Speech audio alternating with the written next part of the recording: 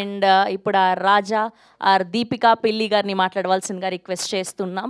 And చాలా రోజుల తర్వాత పూర్తిగా స్టార్టింగ్ నుంచి ఎండ్ వరకు ఒక హీరోయిన్ని లంగావనిలో చూసామంటే అది ఈ సినిమాలోనే. చాలా అందంగా కనిపించారు. So so so happy for you. And మీ జర్నీ అంతా దగ్గర నుంచి చూసాం. We're really happy for you and congratulations. Thank you very much అండి. హాయ్ అండి, అందరికీ నమస్కారం. మీడియా వాళ్ళందరికీ నమస్కారం. ఫస్ట్లీ చాలా హ్యాపీగా ఉంది మా సినిమాకి అంత పాజిటివ్ రెస్పాన్స్ వస్తున్నందుకు. నిన్న థియేటర్కి వెళ్ళి ఆడియన్స్తో చూడడం జరిగింది.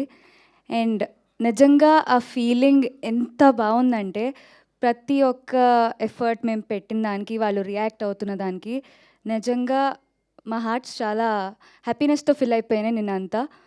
ఫస్ట్లో చాలా టెన్షన్ ఉండే ఎలా రిసీవ్ చేసుకుంటారు ఏంటి అని.